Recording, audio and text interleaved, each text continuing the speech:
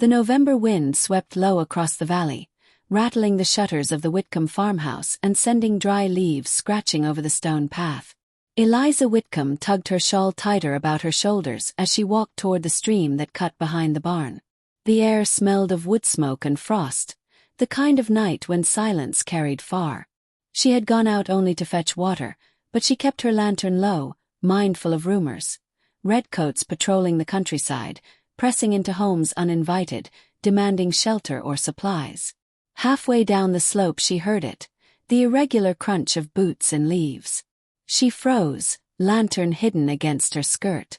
The steps staggered, halting, then lurched forward again. A figure emerged from the shadows of the sycamores, collapsing against the bank. The lantern's glow caught a pale face streaked with dirt and sweat, a uniform torn at the shoulder. His hand pressed against a dark stain on his coat. "Mercy," he rasped. "Don't let them find me." Eliza's heart jolted. Soldier. Not in the scarlet of the king's men, but the worn blue of the Continental Army.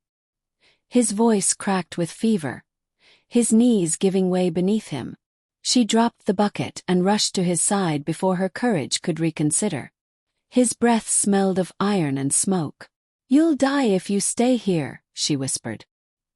He tried to push her away, but the motion only deepened his wound. His head slumped against her shoulder. In the distance, she thought she heard the faint clatter of horse tack, the murmur of voices carried by the wind. There was no time. Eliza hooked her arm beneath his and hauled him upright. He was taller than any man she'd held before, his frame broad, but the weakness in his legs made him pliant. Step by step she dragged him up the slope, praying the lantern light wouldn't betray them. At the door she fumbled with the latch, glanced back toward the dark road, then pulled him inside. The farmhouse smelled of bread cooling on the hearth. Her father, Silas Whitcomb, stirred from his chair by the fire, his eyes narrowing as he saw the figure slumping against her. "Child, what is this?" "A soldier," Eliza whispered, breathless. "Our own. He's hurt. The Redcoats are near." Silas's face creased with worry. His cough rattled as he stood, leaning heavily on his cane. "They'll search the valley tonight. You bring danger under this roof." Eliza's gaze hardened. "Would you rather let him bleed in the frost?" Her father hesitated, then gave a slow nod. Together they half carried the stranger toward the hearth. Beneath the wide stone base lay a hollow space, an old store for kindling and sometimes salted meat. It was cramped but deep enough. They laid him gently, covering him with blankets and heaping ash to mask the damp smell of blood. The soldier caught her wrist weakly. His hand was rough, trembling. "Name's Thomas. Lieutenant Hale. Orders mustn't be found." His eyes closed before she could ask more. Eliza tucked the ash-stained blanket tighter and whispered, "Rest." Outside, the sound of hoofbeats drew closer. A dog barked in the distance. Then the crack of a musket shot silenced it. Eliza's blood ran cold. She moved quickly, sweeping away drops of blood that dotted the floorboards, pushing the bucket against the door to look as if she had only returned from water. She stirred the fire higher, bread still on the table as proof of a night uninterrupted. Silas sat stiff in his chair, eyes on the flames. "Pray your mercy doesn't cost us dear." The knock came, sharp and sudden, rattling the planks.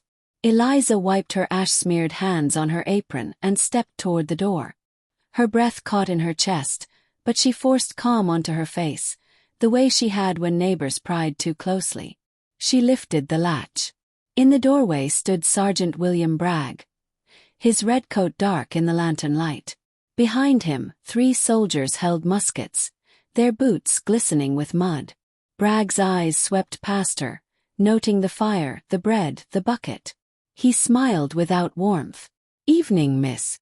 We're looking for a deserter. Tall fellow wounded. Perhaps you've seen tracks near your stream." Eliza shook her head, willing her voice steady. "I've been baking bread. Haven't left the house." Bragg's gaze lingered on her hands, still smudged with ash, and then drifted toward the hearth where the flames danced. He stepped forward, boots heavy on the boards. "Funny thing," he said softly. "Smoke carries far on a night like this. Makes me wonder what else folk try to hide." Eliza felt her pulse hammering. Beneath her feet, a faint rustle stirred the ashes. She prayed it was only her imagination. Bragg tapped the hearthstone with the tip of his boot. The hollow thud seemed to echo too loudly. His eyes narrowed, a smile twitching at the corner of his mouth. "Best keep your fire low, miss. We wouldn't want sparks to catch." He leaned closer, breath hot with ale. "We'll search again before dawn. For your own sake, I hope you've nothing to conceal." The soldiers turned, boots grinding against the stones outside, their voices fading into the night. The door shut with a groan, leaving silence heavy in the room. Eliza's hands trembled against the latch. She looked at her father, whose face was pale in the firelight. "Dawn," he whispered. "They'll be back." Eliza's eyes fell to the hearth. Beneath the ash and stone, the soldier breathed shallow, fevered breaths. The weight of her choice pressed harder than any musket barrel. The knock came again, heavier. Eliza wiped the ash from her hands and opened the door. The second knock rattled the hinges harder than the first, echoing in the quiet farmhouse. Eliza steadied her breath, wiped the sweat from her brow, and opened the door again. Sergeant Bragg's face loomed in the lantern glow. His jaw set tighter now, his eyes glinting with suspicion. Behind him, another soldier held a torch, the flame dancing in the night wind. "Miss Whitcomb," Bragg said, voice deceptively polite. "Orders changed. We've been told to search every home this side of the valley." Eliza's throat tightened. She forced herself to glance toward her father. Silas Whitcomb coughed into his hand, his cane thumping against the floor as he struggled to stand. "Search? At this hour?" His voice was thin, raspy. "We're simple folk here, Sergeant. There's nothing you'd want but stale bread and old tools." Bragg stepped past the threshold, the smell of damp wool and gunpowder filling the room. His boots thudded across the floorboards, drawing dangerously near to the hearth. Eliza clenched her fists at her sides, praying the soldier beneath the stones could remain utterly still. The Redcoats fanned out. One poked into the cupboard with his bayonet, rattling the few jars and tin plates. Another opened the door to the small bedroom, lifting quilts with careless hands. Bragg lingered at the hearth, staring into the flames as if he could sense a heartbeat in the embers. "Warm fire," he remarked, crouching to prod a log with the iron poker. Sparks flew upward. Odd for a night when most folk douse their flames early to save wood. Eliza kept her voice steady. "I was baking bread. The dough needs the heat." She gestured toward the loaves cooling on the table, their crusts golden. "If you like, Sergeant, take one. It's plain fare but warm." Bragg lifted a loaf with gloved hands, tore a piece and chewed slowly, his eyes never leaving hers. "You're generous," he said at last. "But I'll not be bribed with bread." Behind him, one of the soldiers muttered, "No sign of anyone, Sergeant." Still crouched, Bragg tapped the edge of the hearthstone again with the poker. The hollow sound thudded in Eliza's ears like a drumbeat. Beneath the stones, Thomas Hale's shallow breaths might as well have been thunder. Bragg straightened. "We'll not trouble you further tonight. But know this, miss, the man we seek carries orders that could turn battles. If he's sheltered under your roof, you risk hanging as a traitor." He brushed past her, the torchlight flickering across the walls as the soldiers filed out.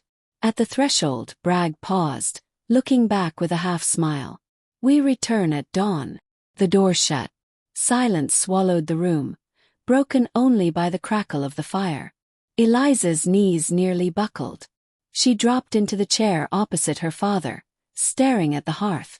"They'll search harder next time," Silas whispered. "You've chained us to peril."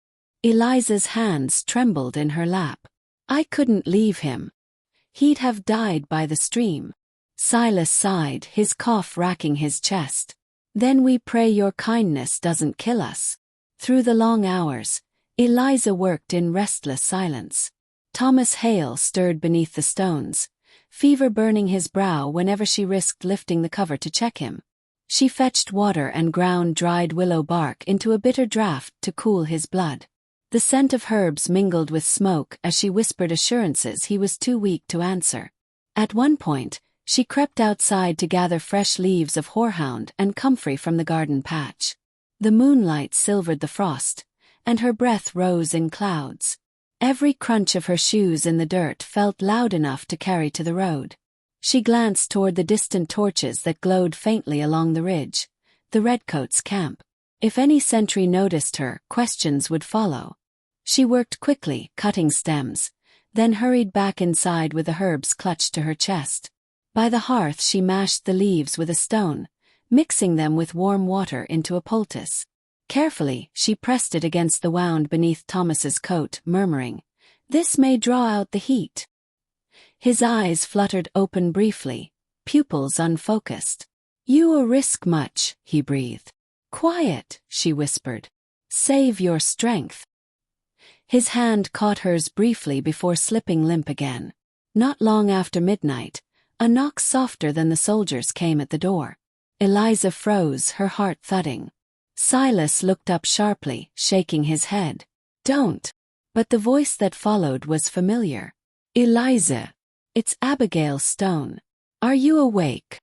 Eliza hurried to the door, cracking it just enough to see her neighbor's round face framed by a shawl.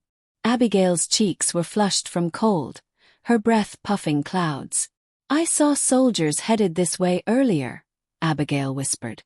"Did they trouble you?" Eliza forced a smile. "They searched but found nothing. I'm fine." Abigail frowned. "Strange, isn't it? Folks say a wounded man was seen near the mill. They say the Redcoats will scour every house until they catch him." Her eyes narrowed slightly. "You didn't see anyone, did you?" Eliza's stomach tightened. She shook her head. "No one. Just me and Father." Abigail lingered, as if trying to read truth in Eliza's face. Then she sighed. "Be careful, Eliza. Bragg's the sort to make an example. I'll let you rest." Eliza closed the door with relief, leaning against it. Her father's eyes pierced her from the chair. "Even friends can betray without meaning to," he murmured. Hours crawled by. Each creak of the beams made Eliza's heart lurch, each gust of wind against the shutters a reminder of footsteps drawing nearer. She prayed for dawn to be delayed forever, yet dreaded its inevitable arrival. At last, pale light began to seep through the shutters. Roosters crowed faintly in the valley below. Eliza had dozed with her head on the table when the heavy sound of boots returned. Closer, more numerous. She jerked awake, her father already gripping his cane with white knuckles.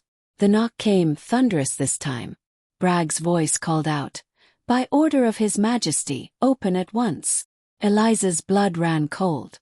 She rose, smoothed her apron, and cast one last glance at the hearth. Beneath the ash, Thomas Hale lay hidden, his breath shallow but steady. She whispered a silent prayer, then reached for the latch. The pounding on the door rattled the entire frame.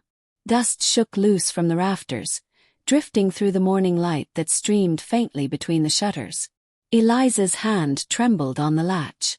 Her father gave a small shake of his head, but there was no use delaying.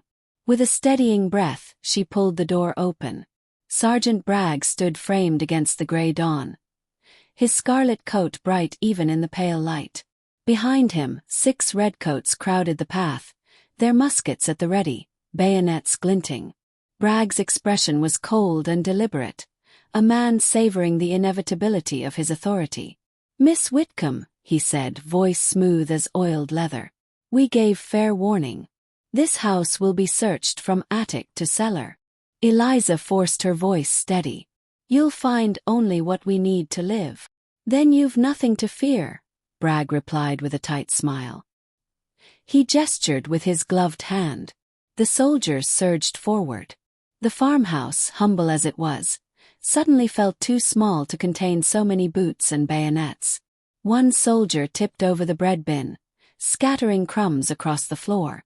Another pulled linens from the chest in the corner, shaking them out as if expecting a musket to fall free. The air grew thick with smoke from the hearth and the heavy odor of wet wool. Bragg himself moved with unsettling leisure. He walked the perimeter of the room, brushing his fingers along the table, the shelves, the shutters. He paused by Silas Whitcomb, who sat stiff in his chair, gripping his cane. "You've seen many seasons, old man," Bragg said. "Loyalty should rest with stability, not rebellion. Yet your daughter's hands are still stained with ash. Makes me wonder what she's burning so diligently." Silas coughed into his sleeve. "We've kept this hearth since before you were born, Sergeant. Fire's the only thing that keeps bones from freezing." Bragg chuckled without mirth. "Perhaps." Eliza stood near the hearth, her body a barrier between Bragg and the faint hollow beneath the stones. She tried to appear calm, though every muscle in her body screamed with tension. One of the soldiers called out from the bedroom, "Nothing here but quilts and straw."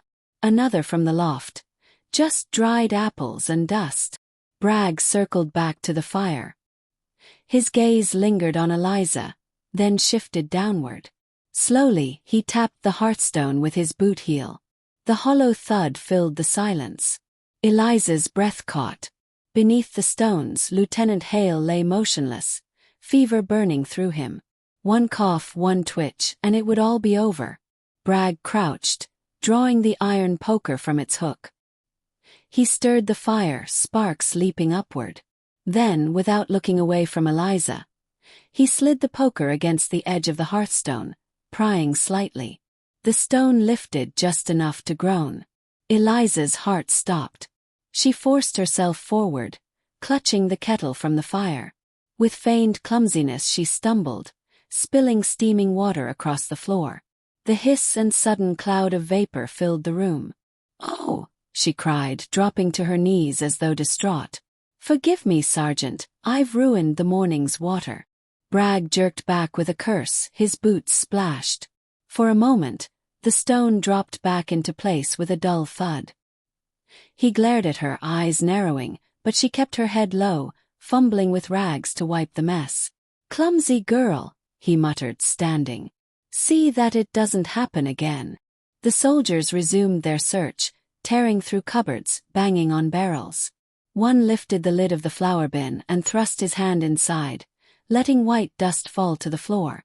Another ripped open a sack of oats, scattering it across the boards. Through it all, Eliza's pulse pounded in her ears. Each thump of boots grew louder, each scrape of bayonets against wood sharper. She prayed the noise would mask any faint stirrings beneath the hearth. At last, Bragg called the men back. "Enough. We'll not waste the whole day on one farmhouse." He turned to Eliza, his expression a mask of false civility. "But mark me well. If we find later you've hidden the rebel, no bread, no excuses, no tears will save you." He stepped close, his breath acrid with ale. "Traitors hang at dawn. Remember that." With that he spun on his heel. The soldiers filed out, boots thudding across the porch, muskets clattering as they regrouped. Their voices drifted into the distance, fading slowly down the road. Silence fell again. Eliza slumped against the table, her hands trembling violently. Silas let out a breath that rattled like dry leaves. "You bought us time," he whispered. "But time runs short." Eliza crawled to the hearth, pressing her hands to the stone. Carefully, she lifted the cover just enough to peer inside. Thomas Hale's eyes were open now, fever-bright but aware. "You kept them off," he rasped. "Barely," she whispered. "They'll come again. We can't keep you here." He shifted weakly, wincing as pain lanced through him. "I carry orders. They must reach our lines. If I'm taken—" His breath faltered, chest heaving. Eliza pressed a finger to his lips. "Save your strength. We'll find a way." Through the thin shutter slats, pale daylight spread across the valley. Smoke from the Redcoats' camp rose in the distance, and the sound of their drums carried faintly on the wind. The weight of danger pressed heavier with each beat. By midday, Eliza busied herself with chores, though her ears never strayed far from the road. She churned butter, mended a torn sleeve, fetched water, all the while checking the horizon for the flicker of scarlet coats. Abigail Stone arrived again, this time with a basket of eggs. She set it on the table, her eyes scanning the disheveled room. "They searched you hard," she said softly. Eliza forced a weary smile. "Yes." Turned the house upside down. Abigail hesitated, lowering her voice. "They'll be back. Folks say Bragg suspects you more than others. Eliza, if you know anything, you'd best tell him before it's too late." Eliza's jaw tightened. "There's nothing to tell." Abigail searched her face, then sighed. "Be careful then. I'd hate to see you pay for someone else's fight." She left, the basket lighter but her warning heavier than stone. That evening, Silas dozed fitfully in his chair, the fire casting shadows across his lined face. Eliza sat nearby, needle in hand, though the thread tangled more often than it sewed. The weight of exhaustion pressed on her, but she dared not sleep deeply. Near midnight, a faint cough rose from beneath the hearth. Eliza lifted the stone enough to pass water to Thomas. His hand shook as he took it. "They'll come again," he whispered. "Yes," she answered. "And at dawn they'll look harder than ever." Thomas's fevered eyes locked on hers. "If I stay, you'll hang with me. Better I crawl out now and face them." Eliza shook her head fiercely. "Not while you breathe. If there's a chance to get you to our lines, we'll take it." Outside, the sudden bark of dogs cut through the night. Eliza stiffened, listening. Shouts followed, and the crunch of boots on frozen ground. Silas stirred awake, eyes wide. "They're sweeping the valley," he rasped. "With hounds this time." The noise drew closer, torches flickering through the trees, dogs baying louder. Eliza's breath caught in her chest.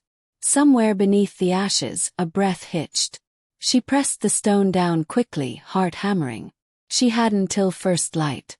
The baying of hounds echoed through the valley like a warning bell. Eliza gripped the windowsill, her breath frosting the glass as she watched torches bob along the ridge. Redcoats moved with grim purpose, their dogs lunging on leashes, noses pressed to the frozen ground. They were sweeping steadily toward the farmhouse. Her father coughed behind her, voice strained. "They'll not be fooled by bread and ashes a second time." Eliza turned. Thomas Hale lay half-conscious beneath the hearth, his face slick with fever sweat. Every shallow breath seemed louder than the creak of the beams. The thought of Bragg's boots pounding through the doorway once more made Eliza's stomach twist. She had run out of diversions. But she had not run out of choices. "We must move him," she whispered fiercely. "If they find him here, it will mean death for us all." Silas's face darkened, his cane trembling in his grip. "Where would you take him?" "They're everywhere." Eliza's gaze drifted to the back of the house, the covered bridge over the creek, the line of birch trees beyond. If they could reach the old mill path, the Patriot Scouts might be posted there. Risky, near impossible in his state, but better than waiting for Bragg to pry the stones loose. "I'll try," she said firmly. "You stay. If they search again, tell them I went to fetch wood." Her father's lips tightened, but he gave a small nod. "Go then. And may God blind their eyes." Eliza pried the hearthstone open, tugging Thomas into the open. His body felt like fire in her arms. His head lolled against her shoulder, but his lips formed a single word: "Orders." She reached inside his coat, where a leather packet pressed against his chest. She tucked it into her apron pocket. "Safe with me. Now hold on." The night air struck her face as she eased the door open. The sound of dogs was closer now, just beyond the orchard. She slipped into the shadows of the barn, dragging Thomas step by step, each movement agonizingly slow. The frozen earth crunched underfoot, and she prayed the wind carried the noise away. A lantern beam swept across the yard. Eliza pressed against the barn wall, heart hammering. A soldier trudged past, muttering to his companion, "Tracks end near here." Hounds will find 'em. Thomas stirred, a groan escaping his lips. Eliza clamped her hand over his mouth, whispering desperately, "Quiet, please." She felt the heat of his fever against her palm. When the patrol moved on, she pulled him toward the creek. The covered bridge loomed ahead, dark against the pale snow. The hounds barked again, nearer. They reached the bridge. Eliza half carried, half dragged him across, her arms burning with strain. Boards creaked under their weight, echoing in the hollow structure. She froze, listening. Voices shouted from the orchard. "Over there!" Torches flared, light spilling onto the snow. Shadows moved quickly toward the bridge. Eliza's mind raced. To hide on the bridge would be suicide. She looked at the creek below, black water moving sluggishly under ice. If they stayed, they'd be caught. If they plunged in, the cold might kill them. "Forgive me," she whispered, then shoved the side gate of the bridge open and slid with Thomas down the embankment into the reeds. Mud and ice soaked her skirts, the chill biting like knives. She dragged him into a hollow beneath the bridge, where the shadows hid them. The redcoats thundered onto the bridge above. Dogs howled, straining at leashes. Boots pounded overhead, the boards creaking. Eliza held her breath, clutching Thomas close, praying the reeds would mask their scent. For endless moments the soldiers lingered, dogs whining. Then a musket shot cracked somewhere upstream. Shouts erupted. "The rebels! To the ridge!" The redcoats cursed, pulling the hounds in another direction. Torches faded, voices scattered. Silence returned, broken only by the gurgle of water beneath the bridge. Eliza slumped, her body shaking with exhaustion and cold. She pulled Thomas's head against her shoulder. His breath came ragged but alive. "We're not safe yet," she murmured. "But you'll see dawn." Hours crawled by under the bridge. The world was damp, frozen, hushed except for distant musket fire. Eliza fought sleep, her limbs numb, her jaw chattering. She kept whispering to Thomas, nonsense words sometimes, just to keep him tethered to consciousness. At last, the eastern horizon bled pale gold. Dawn crept over the valley, painting the snow with weak light. With it came renewed danger. Bragg's men would return to finish what they had begun. Eliza forced her aching body upright. "Come," she urged. "Just a little farther." The old mill path wound through the birches, half hidden beneath drifts. She half carried Thomas along it, her muscles screaming. The leather packet thudded against her chest with every step. Somewhere beyond this path lay Patriot lines. At the crest of a hill, a whistle shrilled. Eliza froze, fearing the redcoats. But from the brush emerged two men in hunting coats, muskets at the ready. Their accents marked them as locals. One narrowed his eyes. "Who goes?" Eliza lifted her chin, though she could barely stand. "A friend. He's a Continental officer. He carries orders. Help him, please." The men exchanged a glance. Then they stepped forward, one taking Thomas from her arms. "Lieutenant Hale," one said, recognition flashing. "We were told to expect you, though not in this state." Relief flooded Eliza so strongly she nearly collapsed. Strong hands steadied her. By the time the Patriots carried Thomas toward their camp, the valley behind them rang with fresh musket fire. Redcoats poured through the trees, Sergeant Bragg's voice carrying sharp commands. Eliza watched as the officer she had hidden disappeared into the safety of his comrades. She clutched the leather packet tighter before handing it over to the scouts. "This is what he risked everything for," she said. They nodded grimly. "You've done more than you know." These orders could turn the tide. Eliza's strength gave out then. She sank to her knees in the snow, exhaustion, fear, and relief crashing over her all at once. Days later, when the valley finally quieted, whispers began to circulate. Neighbors spoke of how the redcoats had searched the Whitcomb farm again and again, yet found nothing. Some claimed Eliza must have made a bargain with the devil. Others insisted she was merely lucky. But among the Patriot scouts, a different story spread. of a quiet farm girl who carried a fevered soldier through frost and darkness, outwitting redcoats and hounds, saving orders that shaped battles to come. Eliza herself never sought the praise. She returned to her chores, baking bread, tending her father, mending the roof where musket balls had scarred it. Yet sometimes, when the night wind rattled the shutters, she would remember the heat of Thomas's fevered breath, the weight of his body against hers, and the sound of Bragg's boots tapping the hearthstone. She had carried her courage not with rifles or swords, but with ash-stained hands and a heart that would not yield. And in the years that followed, when men spoke of the war, they sometimes spoke too of a gentle lass who risked everything beneath her hearth, the night the redcoats drew near.